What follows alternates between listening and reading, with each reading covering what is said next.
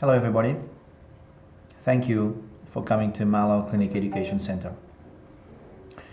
Today I'll speak about the total rehabilitation of the edentulous patient with the all-on-4 concept. These four pictures represent a little bit the history of total edentulism. On the first left corner you can see the way we used to do rehabilitation many years ago. This is a structure, a metal structure, titanium or other metal, and it is not inside the bone, it is on top of the bone and underneath the soft tissue. It's a subperiosteal structure. These structures did not have a lot of success. There was a lot of deficiency, and also there is movement on this on the structure itself. Besides, of course, being very difficult to apply the structure to the palate, to the maxilla, as it was very difficult to manipulate the metal in order to fit perfectly. On the second slide, we have 8 implants, 4 in each side, and typically these were implants placed after bone grafting. This is a massive bone grafting, bilateral sinus fillings with typically bone from the crest, the iliac crest, and onlay grafts as well. These work very well. The success rate on young patients and healthy patients was very acceptable. The problem with this structure is that it requires bone grafting, and bone grafting is not possible in everybody, especially older patients with osteoporosis or people with diabetes. So there's a lot of contraindications for this type of reconstruction because it requires bone grafting. So in order to avoid bone grafting and not wanting to do a subperiosteal structure because the success was very, very low, we decided to try and invent or develop a new system that did not need grafting, but also at the same time could not be something as we did before on the subperiosteal structures. So the first thing to do was to study the maxilla and to really understand how much bone do we need to be able to supply 12 teeth. And of course, 12 teeth being what we would like to deliver as the minimum in terms of aesthetics and in terms of mastication. And after some studies, when we started in 1991, after some studies we decided that the best solution would be a 12 teeth structure, but could be actually maintained or could be held by only 4 implants, 2 in the front and 2 in the back.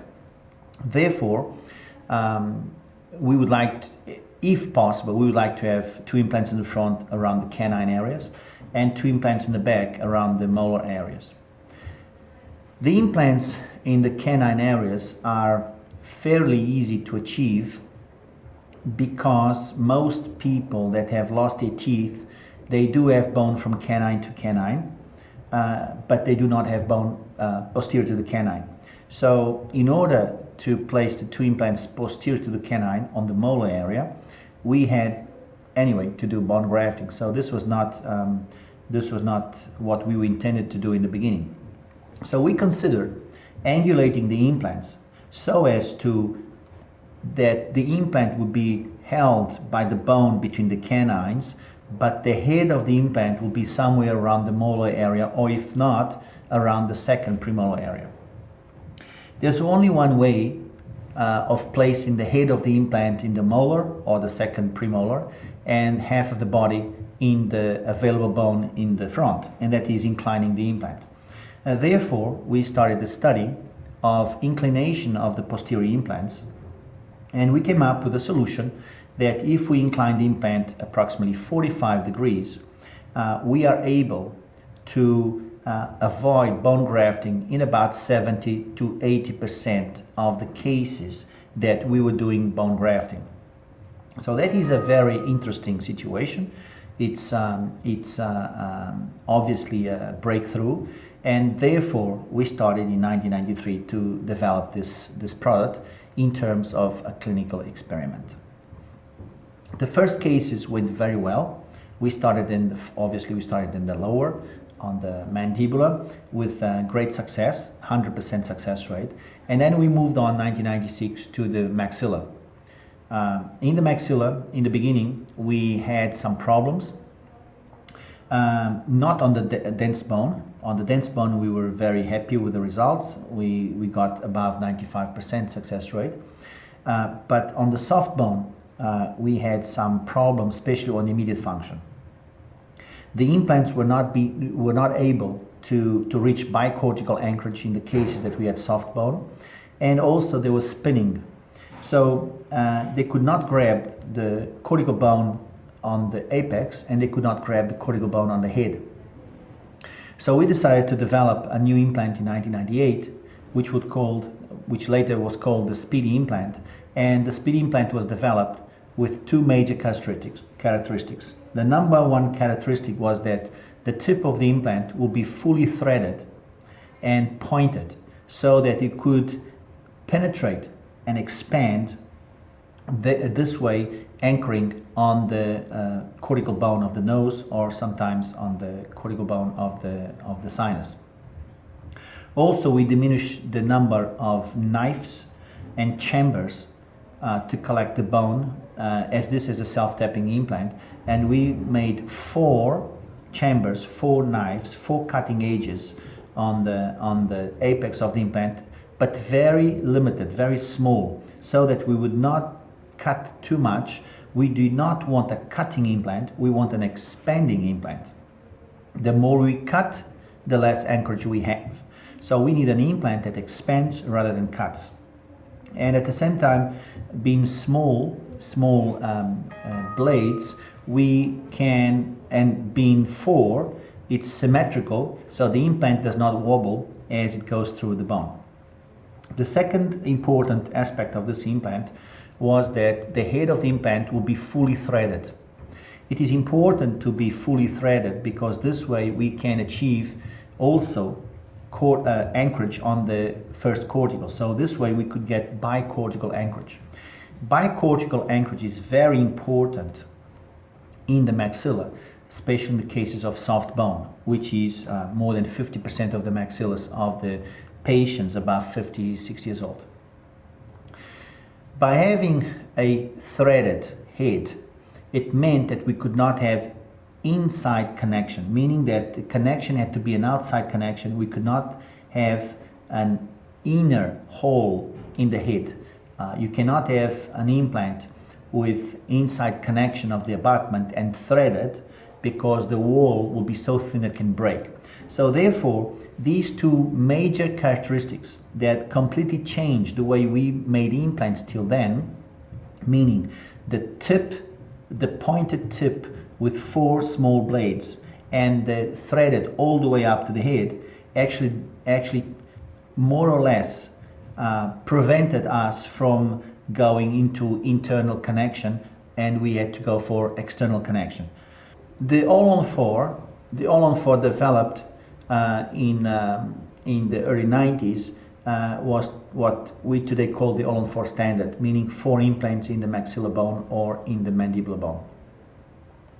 This solved about 70% of all cases of total edentulism that we would otherwise perform bone grafting. Not only with a high success rate, much higher than bone grafting, but allows us to do immediate function as well. Further, we have to understand that 30% of these cases we were not able to do because to do an all-on-4 standard, we need at least bone from canine to canine or from first premolar to first premolar. Some cases we do not have that much volume. and therefore we introduced the zygoma protocol into the all-on-4, and this way we created the all-on-4 hybrid. The all-on-4 hybrid basically is 2 implants around the central or laterals and 2 implants on the zygoma on the posterior. That way we could deliver a fixed bridge on immediate function with only bone on the 2 centrals, which is very, very interesting. But again, sometimes we would not even have bone for the central implants, and therefore we had to do a all-on-4 full zygoma.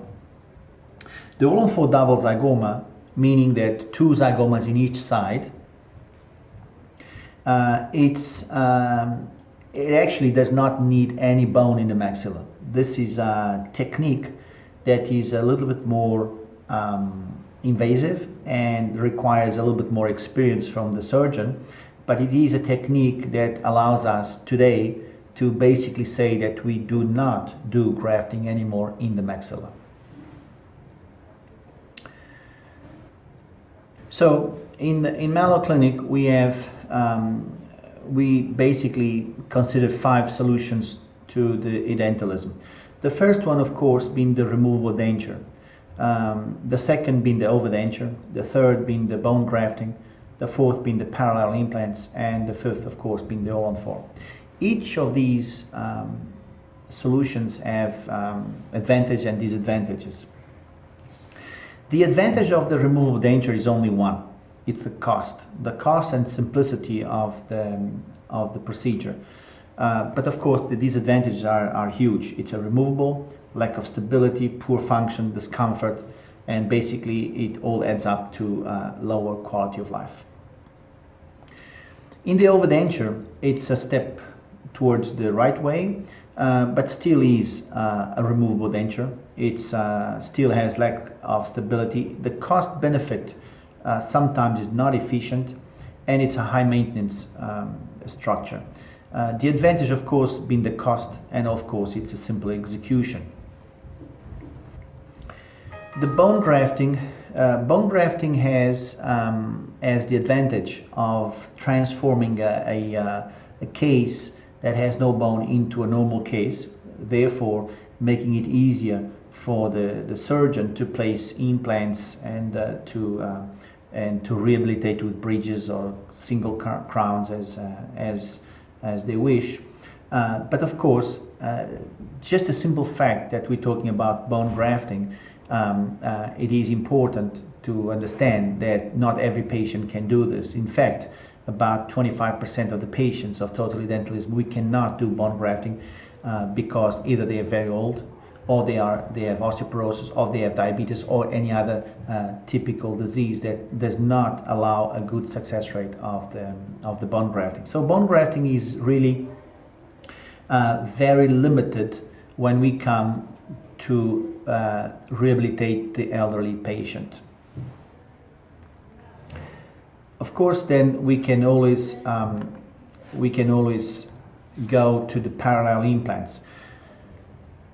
The advantage of parallel implants, of course, is the easier way that we can restore. We can restore with simple bridges, which is much easier to manufacture, and the normal dentist understands that.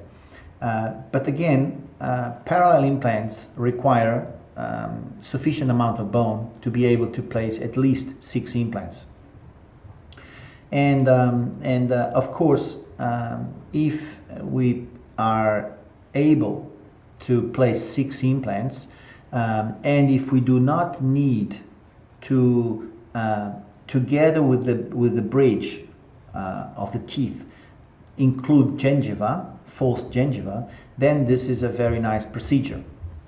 Unfortunately, very few people, totally dentless, have enough bone to that allows us to place 6 parallel implants, especially in the posterior.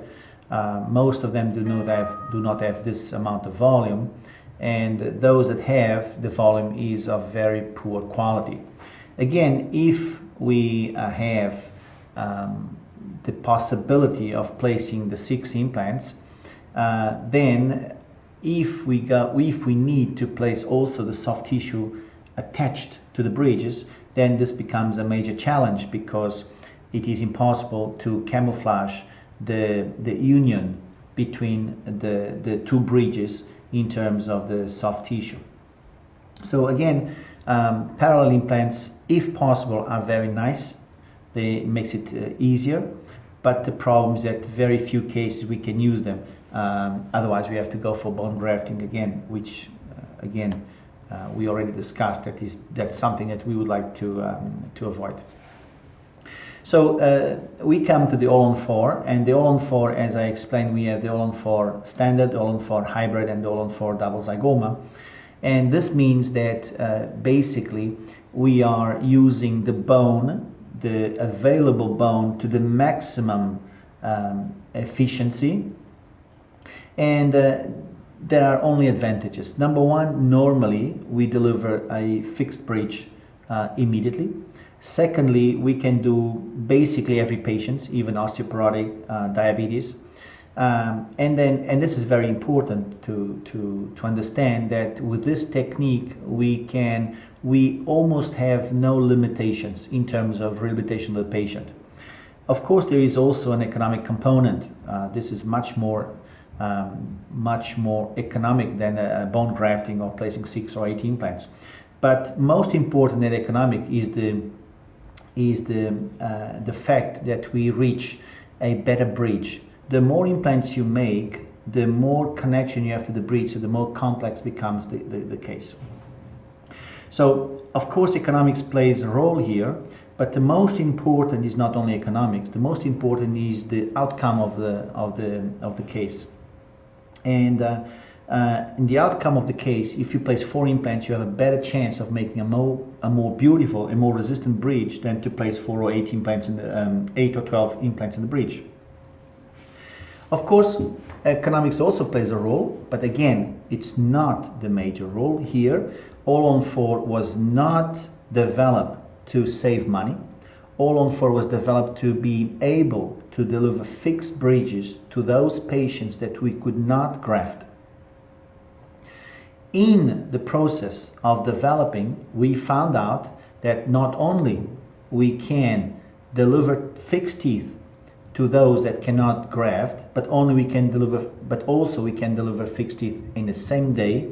Besides that, we can deliver a better looking bridge and more resistance because we have less connections to the implant. The disadvantage of the All-on-4 is basically one. It's a new concept and requires acceptance by the dentists. Of course, after 18 years, we do not see so much problems anymore, but it is true that in the beginning, being such a breakthrough concept, most dentists and oral surgeons did not understand the value and did not understand that we could hold a full bridge with only 4 implants. And especially, they did not understand that we could actually have inclination of the implants. They were very afraid of. Today, most dentists, most oral surgeons that do a lot of total edentalism and are a little bit more advanced in this type of surgery understand that we can actually deliver 4 implants only. There's no need for more, and actually we can incline the implants because there's no problem with it. Why do we do All-on-4? We do All-on-4 basically because we want to avoid bone grafting. And the reason we want to avoid bone grafting is because it is important to avoid bone grafting.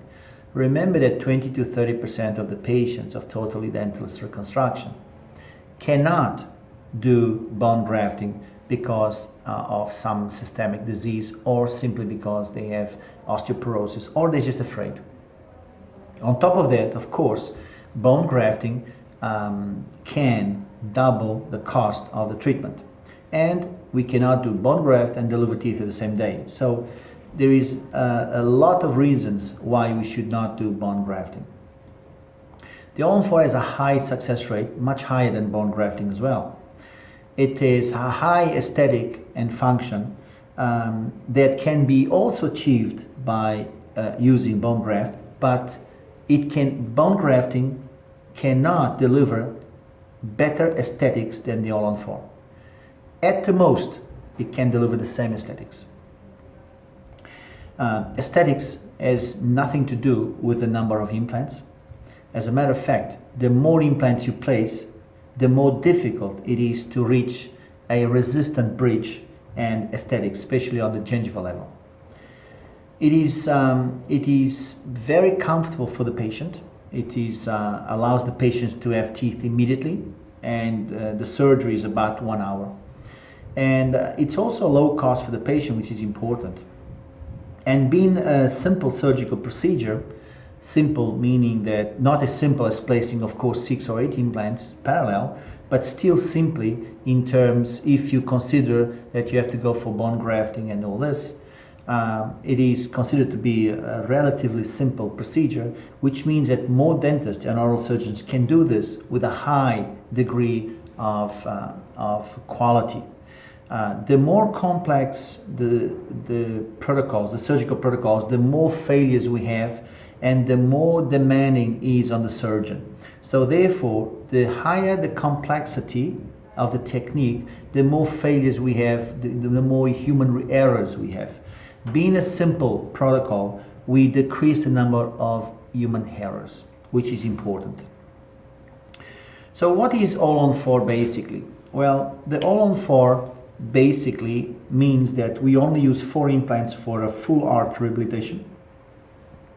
It avoids implants in the posterior regions, which is important because the posterior regions most times do not have enough volume, and when they do have volume, most probably the volume is not sufficient to place an implant because the bone is not really dense. Most of these cases have soft bone.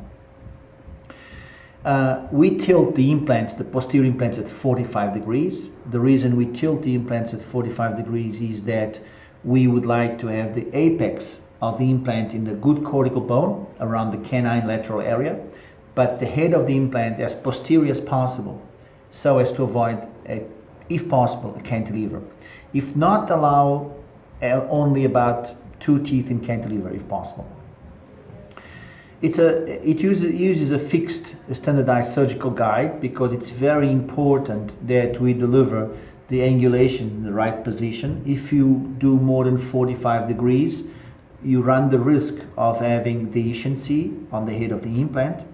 But if you do not reach 45, if you only do 30 degrees, for instance, then you're not using the full capacity of getting the head of your implant as posterior as possible. So you're not using the protocol to the limit.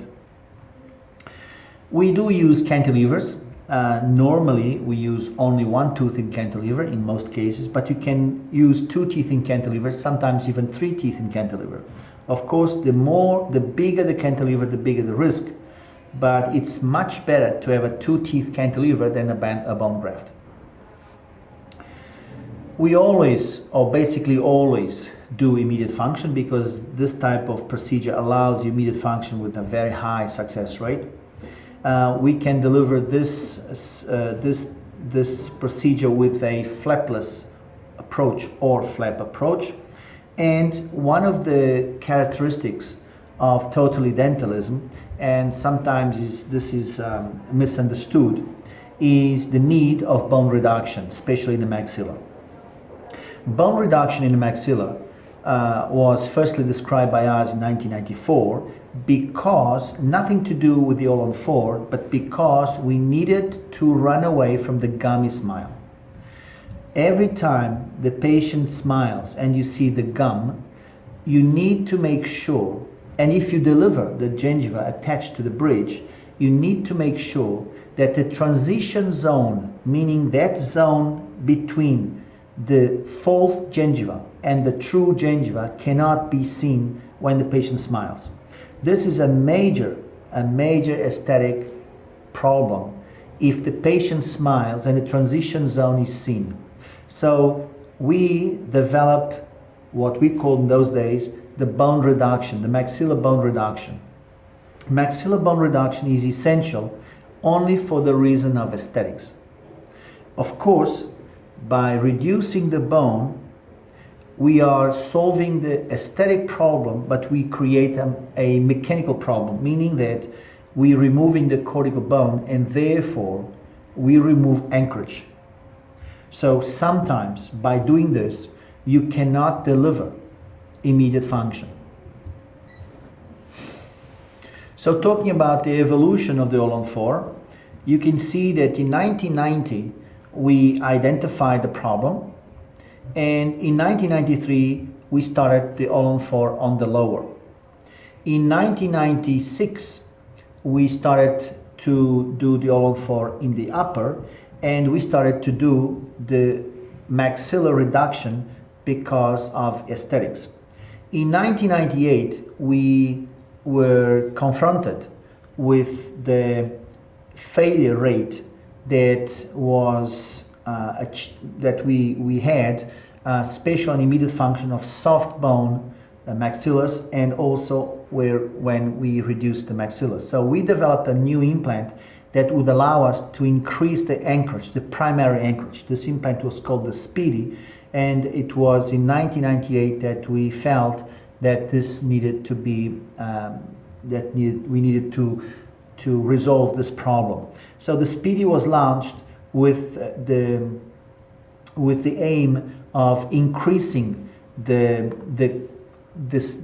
anchorage, the primary anchorage of our cases. So this implant, as I explained, had this specific tip and specific head to be able to anchor in as much bone as possible. In 1999, we developed the maloclinic ceramic bridge. This was a CAD/CAM manufactured base with a specific design and individual crowns in ceramic placed upon this CAD/CAM titanium infrastructure. Also, we developed a product that will imitate the gingiva. In those days, was used a mixture of composite and acrylic. In 2001, we did the All-on-4 maxilla retrospective study, and in 2002, the Noble Speedy implant clinical studies, the initial phase started.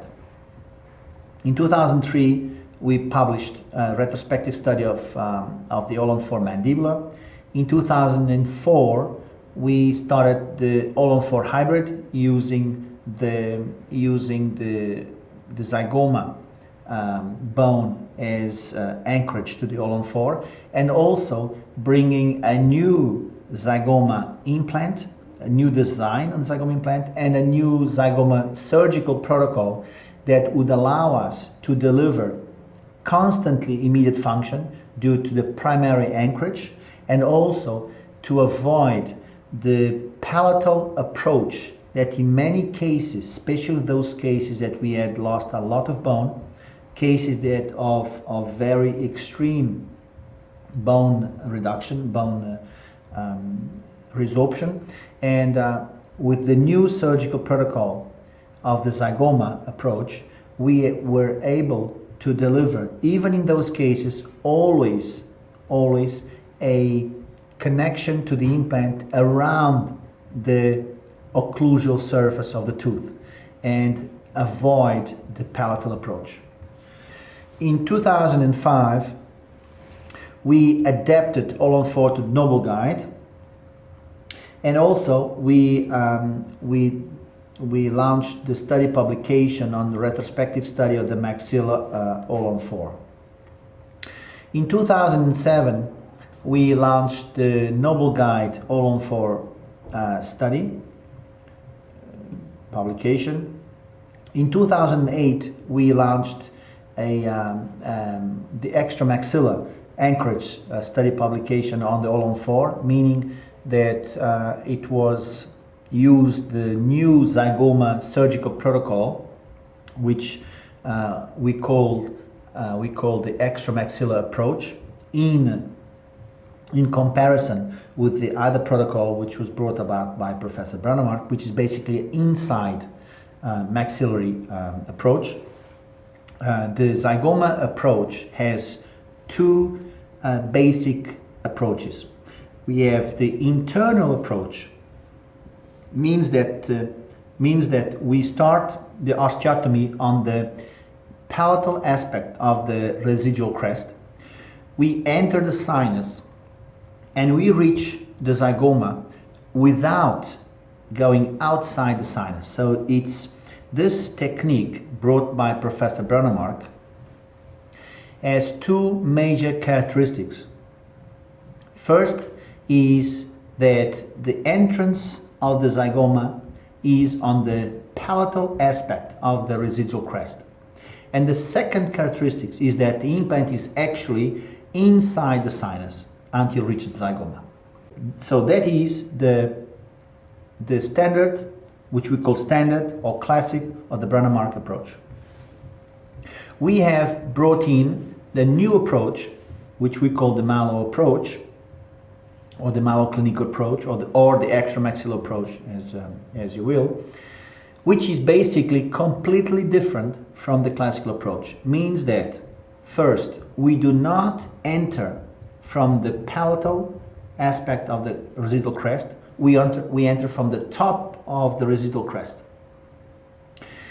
and we channel through the wall, the vestibular wall or the lateral wall of the sinus, meaning that the implant is completely outside the sinus and only enters the sinus in the upper portion to reach the zygoma. So the two approaches, the Brunnemark approach and the Malo approach, are completely different approaches. One being that comes from the palatal side and is inside the sinus. The other one is on top of the crest or vestibular part of the crest and is outside the sinus. It's absolutely different from each other. The Brunnemark approach has a modification which is known by the stellar modification, the stellar approach, which basically is used when the lateral wall of the sinus has a big concavity. When we have a big concavity, in order to do the Brunnemark approach, we have to be very much into the palate, towards the center of the palate, which makes it very difficult phonetically for the patient in terms of hygiene and mechanics. So there is a modification, which means that still we enter from the palatal aspect of the residual crest, but instead of staying inside the sinus, we actually cross, we go out and in the sinus, making a fenestration in the implant. So it is really not a technique, because it can only be applied for the cases where we have a big concavity. This is a modification of the Brunnemark technique for the cases that there is a big concavity. If the sinus does not have a concavity, you cannot perform this technique. So we have the Brunnemark, which is the internal approach from the palatal side inside the sinus, with the stellar modification in case there is a big concavity of the lateral wall of the sinus. On the other side, you have the Malo approach, which is basically outside the sinus and also on the vestibular, on top of the crest. This being a huge concavity or less concavity, it's the same approach. So again, and to make it clear, there is two approaches to the zygoma. One, the classical, the Brunnemark, which enters the palate, has bone around the head of the implant. It goes inside the sinus and reaches the zygoma. The other one is the Malo approach, which has no bone around the head of the implant, is completely outside.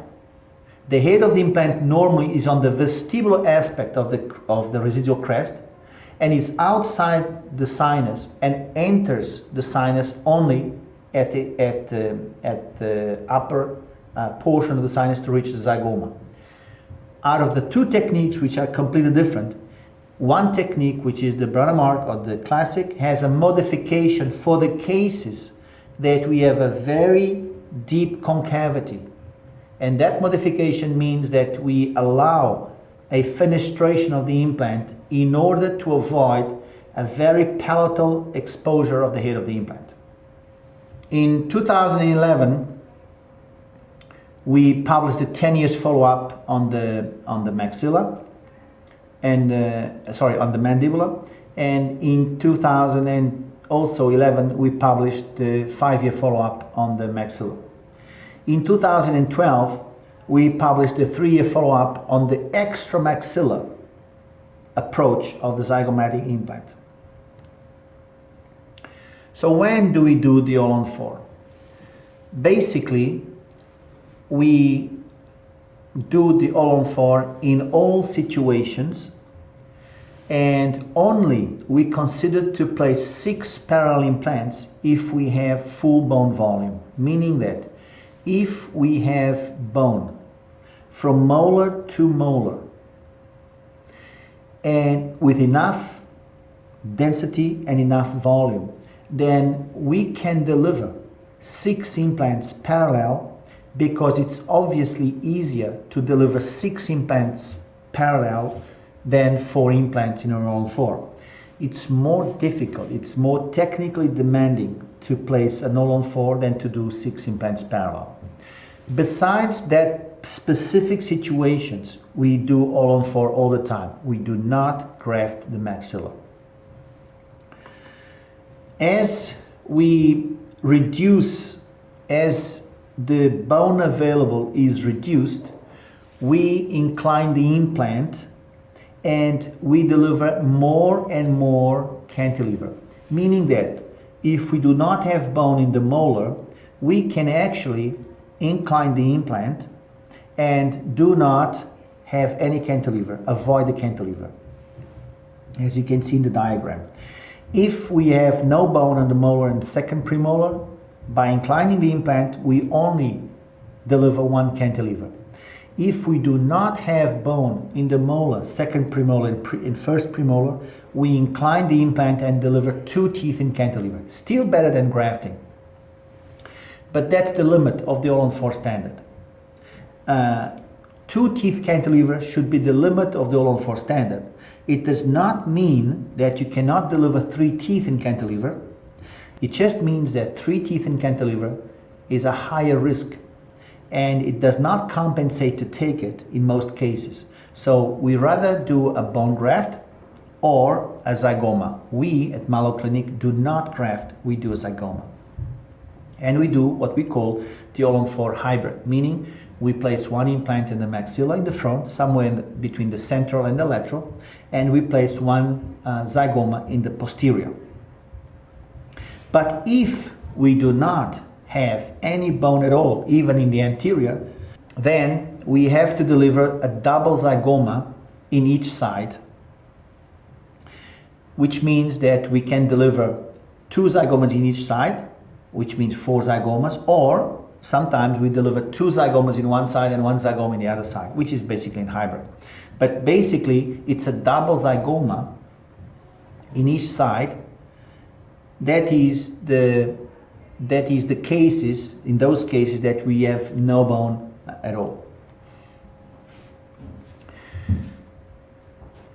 To avoid the situation as we have it in the picture, meaning that we have a emergence of the prosthetic screws very much on the palate, we developed, as explained, the new extramaxillar approach of the zygoma. We cannot allow a case like this. A case like this comes, it's not good surgery. And in the cases, in the past, in the cases that we knew that this would happen, we would prefer to do a bone graft. So today you have, typically using the extramaxillar zygoma, you have what we show in this picture. The posterior screws come around the occlusal surface of the teeth. In fact, we should avoid the prosthetic screw emergence to be on the occlusal surface of the tooth. It should be on the pink part of the bridge. In the mandible, we basically use the All-on-4 even if we have bone in the posterior. The reason is that it's much easier and the success rate is very, very high, almost 100%. Of course, we would like to have at least 8 millimeters in height and 5 millimeters in width, but it does not mean that we cannot do with less volume. In fact, the most important is not the amount of bone, the most important is not the volume, the most important is the density. So let's present some cases. The All-on-4 standard. This is a typical situation where we do not save the lower teeth and we resolve the case with an All-on-4 upper and lower, avoiding grafting.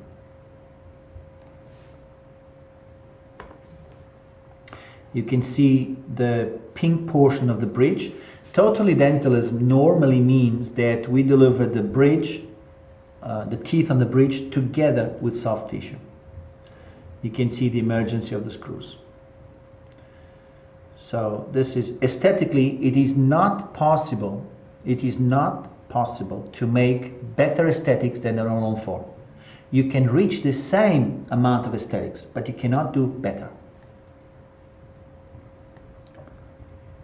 Case number 2.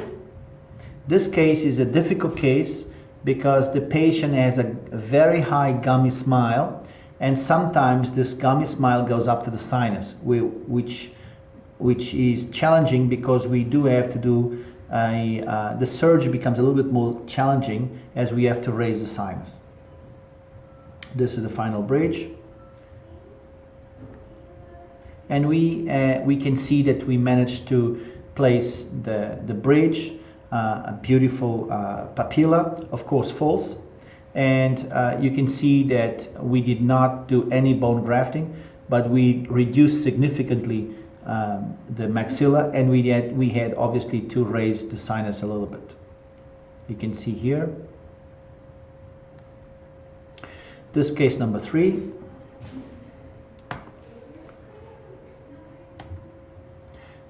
Not a nice smile.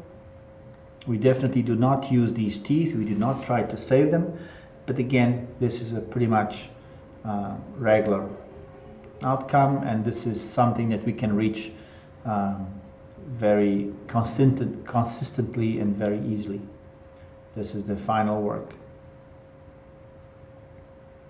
Case number 4. Also, we did not save these teeth.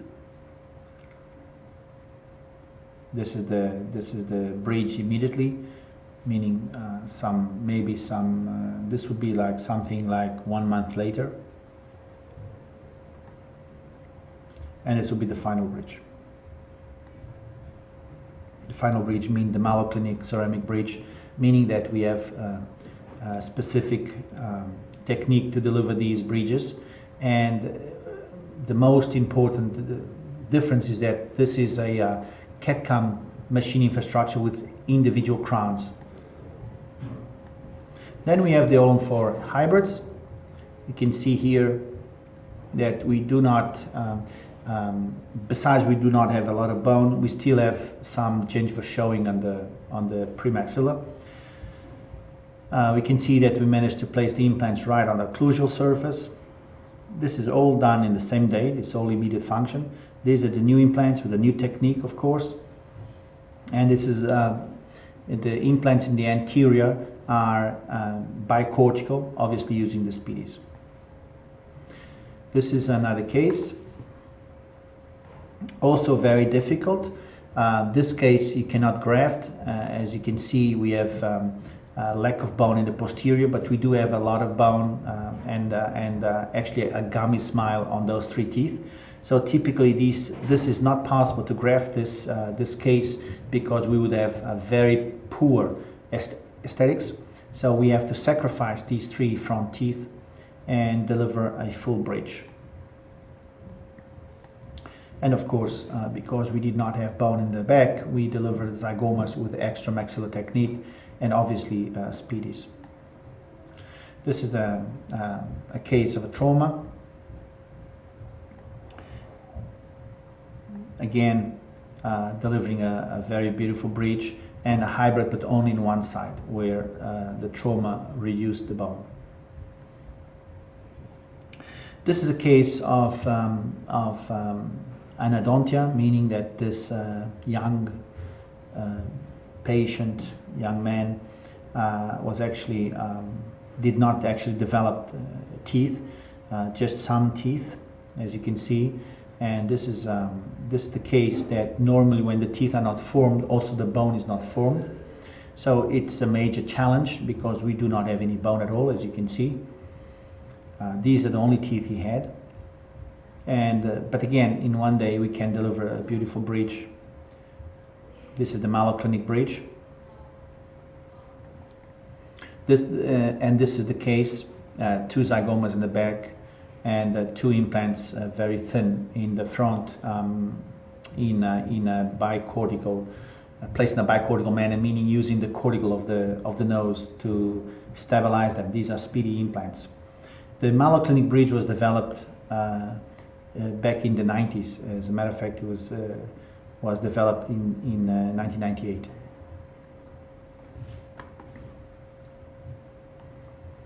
Then we have cases where we have actually no bone at all, and a case like this, where we have to remove the teeth and, of course, deliver a full bridge. These bridges basically have a lot of soft tissue as well, so these are very, very big bridges.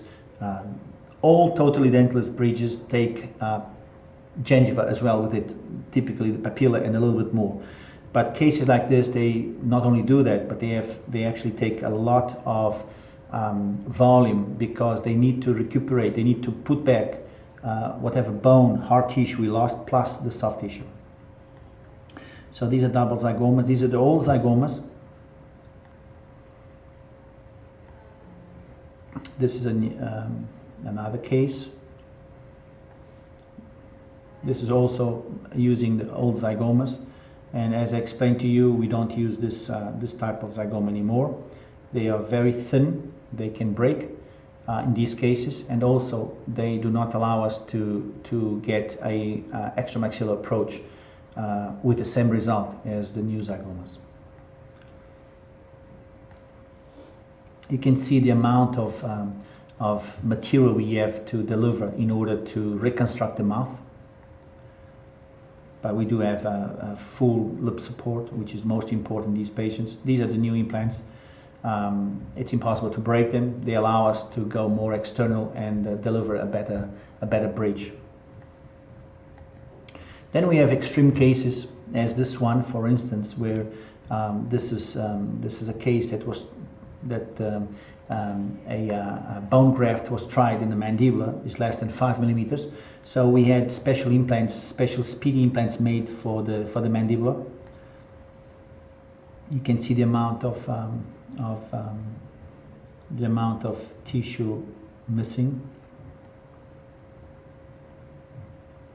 This is an osteotomy of 2 millimeters. You can see that the thickness is about 4 millimeters of the mandibular, and the height is 5 millimeters. So these implants are special implants, specially made for this particular patient. Immediate function, of course, with 2 teeth in cantilever already, and then the final bridge with 4 teeth in cantilever, being the last one, the molar, as you can see. Then we have also extreme cases caused by cancer. This is one of them. This is a young lady that lost the maxilla due to cancer. Then the temporary muscle was used to cover the palate. And she tried twice to have a bone graft. It's very difficult to graft these cases. There's no vascularization. And we placed 2 special made implants. These are zygoma implants, but specially made. The implants are are actually two components. The implants are made of two pieces so that we can choose the right path. It's very difficult in these cases without maxilla to see where the path is. So we have to be able to place the implants and then to correct the angulation of the implants. So there's two-piece implants. You can see on the right that we had enough bone to place the implants in the zygoma, but on the left we had actually to place the implant in the rim of the orbit because there was not enough space in the zygoma. She lost so much bone. This is a difficult case, dangerous case, so these are obviously cases for specialists. But just to show that we can do all on fours, even in cases that there is no maxilla. And then there is all work about pulling the soft tissue of the lip forward, because these patients typically lose all elasticity. So after 1 year, we can deliver the full bridge, and with a little bit of plastic surgery as well to help around, we can deliver a life to the patient. So then we do have some clinical support for those of you that would like to read more about this. I leave you this presentation that you can just check for yourselves.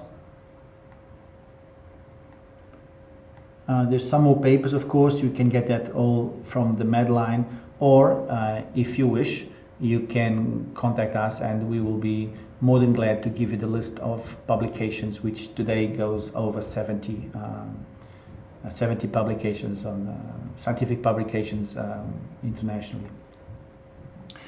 This is our clinic. This is, as a matter of fact, this is where I am now doing this presentation. Our clinic has 18 floors, 50,000 square meters. There is about 700 people working in this clinic, and we do about 600 cases, new cases per month, coming from all over the world. And we see about 360 patients per day. So this is a big center, we train about 3,500 dentists and oral surgeons per year just on this center. We have education in Lisbon. This is the biggest center we have. We also have education in New Jersey, United States, and we have education in Asia, in Macau. We are developing more sites of education, especially Japan and Australia, but at this moment these are the 3 education sites that we have. We are present in 32 places around the world, and again, thank you very much for your attention. Thank you.